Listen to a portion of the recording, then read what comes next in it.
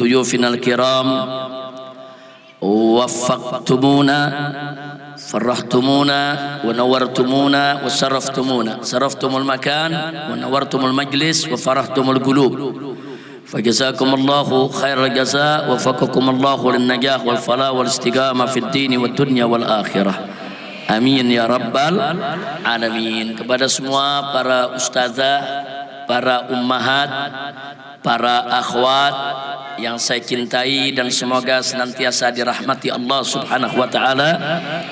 Selamat datang di majelis pertemuan ini dan di majelis dhiyafah.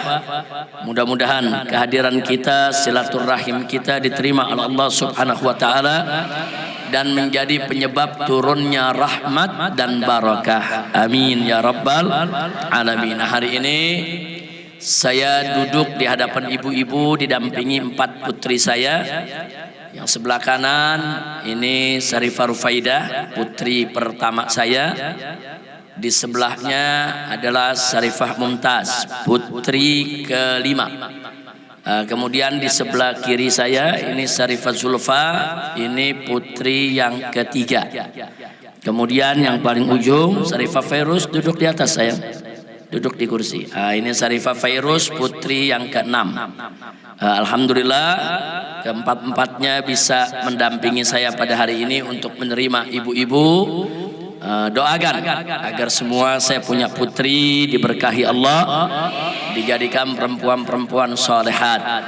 Amin ya rabbal alamin. Untuk membuka majlis ini kita persilahkan Rufaidah untuk membaca hadisnya.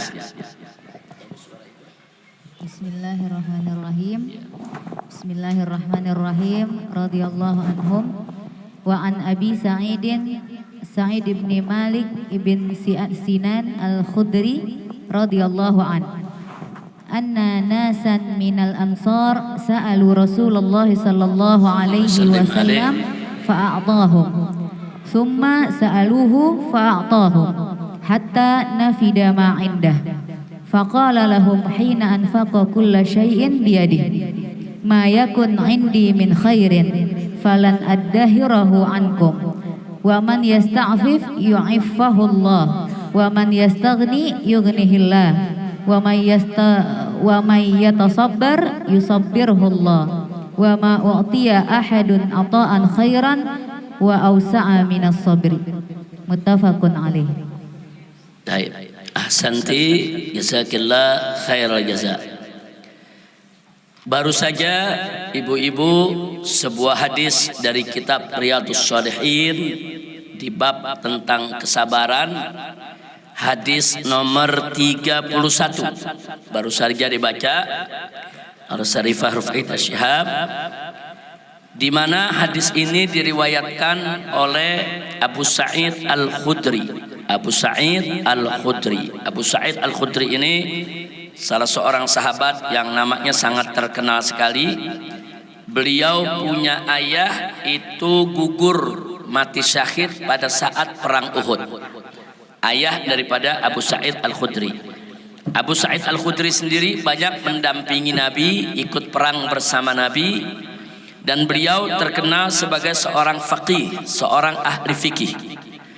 Kemudian Abu Sa'id juga meriwayatkan hadis cukup banyak, tidak kurang dari 1170 hadis dari Nabi kita Muhammad sallallahu alaihi wasallam. Artinya Abu Sa'id ini memang merupakan salah satu dari sekian sahabat Nabi yang cukup terkenal. Nah, di sini beliau bercerita kepada kita semua tentang pengalamannya pada saat mendampingi Nabi kita Muhammad sallallahu alaihi wasallam. Apa kata beliau? Annanasan minal ansar. Jadi ada sekelompok orang dari kaum Ansar. Sa'alu Rasulullah sallallahu alaihi wasallam. Mereka meminta bantuan kepada Nabi kita Muhammad sallallahu alaihi wasallam. Fa'atahum. Kemudian Nabi bantu mereka semua. Jadi rombongan dari Ansor datang, masing-masing punya hajat, punya keperluan, masing-masing minta bantuan, semuanya dibantu oleh Nabi. Tsumma sa'aluhu fa'atahum. Jadi dari yang awal datang sampai yang akhir datang, ternyata mereka semua perlu ada hajat, keperluan minta bantuan Nabi, dan tidak satupun yang tidak dibantu oleh Nabi kita Muhammad sallallahu alaihi wasallam. Di sini diceritakan hatta nafida ma indah, sampai apa yang ada di tangan Nabi habis. Jadi ada yang datang minta gandum, Nabi kasih. Ada yang datang minta uang, Nabi kasih. Ada yang datang minta keperluan lain, Nabi kasih. Sampai Nabi punya uang, gandum, dan lain sebagainya habis. Nah, setelah habis Nabi mengatakan kepada mereka, faqala lahum hina anfaqa kulla syai'in biyadi. Begitu habis perbekalan milik Nabi, apa kata Nabi? Ma yakun indi min khair. Saat ini tidak ada lagi sisa di tanganku. Kenapa? Karena kata beliau, falan addakhirahu ankum. Saya tidak akan menyimpan. Jadi Nabi itu salah satu sifatnya, Bu, Nabi itu nggak suka nyimpan. Jadi makanan disimpan padahal ada orang yang butuh. Nabi itu kalau ada makanan di rumah itu dibagi-bagi, bagi tetangga, bagi sahabat, bagi kerabat.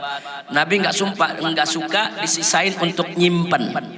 Jadi nyimpen begitu, itu bukan kebiasaan Nabi kita Muhammad sallallahu alaihi wasallam. Kecuali kalau yang minta bantuan sudah selesai, Nabi masih ada sisa, ya Nabi simpan buat bantu yang datang besok, atau buat bantu yang datang di hari berikutnya. Jadi satu ciri Nabi adalah Nabi tidak pernah membiarkan ada makanan basi di rumah. Bu, makanya kalau kita punya makanan lebih jangan sampai basi, Bu. Jadi kalau ada lebih, bagi ke tetangga, bagi ke kerabat, bagi ke kawan, bagi. Kalau memang ibu mau punya simpenan ya silakan. Enggak haram juga untuk menyimpan sesuatu. Tapi jangan sampai kita banyak nyimpen sementara tetangga kita kelaparan. Sementara kerabat kita banyak yang kekurangan. Jadi bagaimana caranya kita punya keluarga, kita punya kerabat, kita punya sahabat, jangan sampai kelaparan. Kita di Islam ini diajarkan untuk saling bantu. Nah begitulah kita punya Nabi. Nabi mengatakan, aku nggak suka menyimpan sesuatu apapun. Yang ada di tangan Nabi tiap hari dikeluarkan. Nabi kalau habis makan malam sama Sayyidatuna Aisyah ditanya, ada sisa gak makanan? Ada, suruh bagi keluar. Bahkan Nabi kita pernah Siti Aisyah sekali waktu masak marak, Bu. Ternyata Nabi suka marak, Bu, ya. Masak sayur daging. Dagingnya nggak banyak, sedikit. Cuman waktu Nabi pulang dari luar baunya tuh tajam. Jadi waktu Nabi pulang ini bau masakan Siti Aisyah luar biasa. Jadi betul-betul membangkitkan selera. Nah begitu Nabi masuk ditanya, mana sayurnya? Nggak tahunya sedikit. Akhirnya kata Nabi apa? Tambahin kuahnya yang banyak. Ditambahin kuahnya yang banyak, bumbu yang banyak, padahal dagingnya sedikit. Nah kemudian apa? Tetangganya dibagi-bagi sama Nabi, walaupun hanya sekedar kuah. Nah jadi Nabi nggak mau tetangganya itu merasakan bau makanan dari rumah kita, tapi makanannya nggak sampai ke mulut mereka. Kira-kira jelas gak, Bu? Berarti saya mau tanya, akhlak Nabi indah tidak? Bagus tidak? Nah jadi ibu kalau goreng ikan tuh baunya sampai ke sebelah tuh, Bu, tetangga jangan dibagi baunya doang. Nah kalau ibu punya ikan dikit nggak mau bagi tetangga, nah goreng jangan sampai baunya ke sebelah. Bu, bisa gak, Bu? Kadang-kadang tetangga kita cuman kasih bau semur, besok bau marat, lusa bau rendang, baunya doang kita kasih. Nah sekali-sekali jangan baunya aja, Bu, ya. Walau sedikit kita kirim, oh ini tetangga nyium nih bau ikan nih, ikan tembang nih.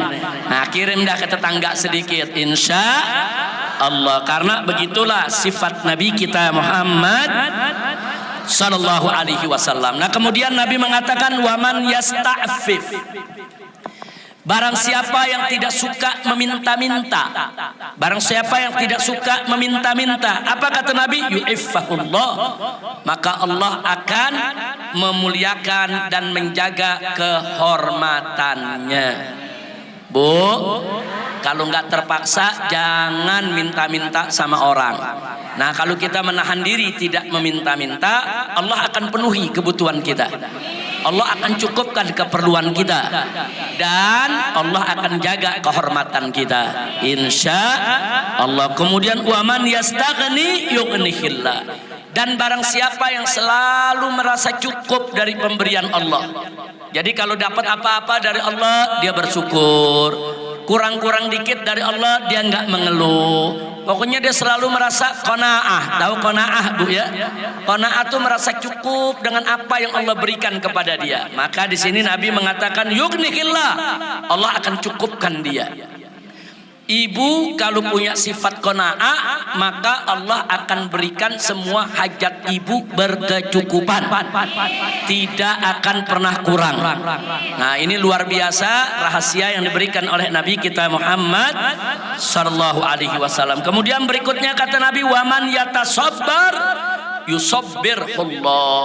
Barang siapa yang punya sikap sabar, tabah terhadap segala cobaan, kesulitan dan kesusahan, maka Allah akan perkuat kesabarannya. Jadi kalau Allah udah perkuat kesabarannya, berarti Allah mencintai dan memuliakannya. Alhamdulillah. Nah, selanjutnya kata Nabi, wa ma u'tiya ahadun ata'an, tidaklah aku memberikan kepada seseorang suatu pemberian khairan, lebih bagus, wa ausa, lebih luas, minas sabar, daripada kesabaran.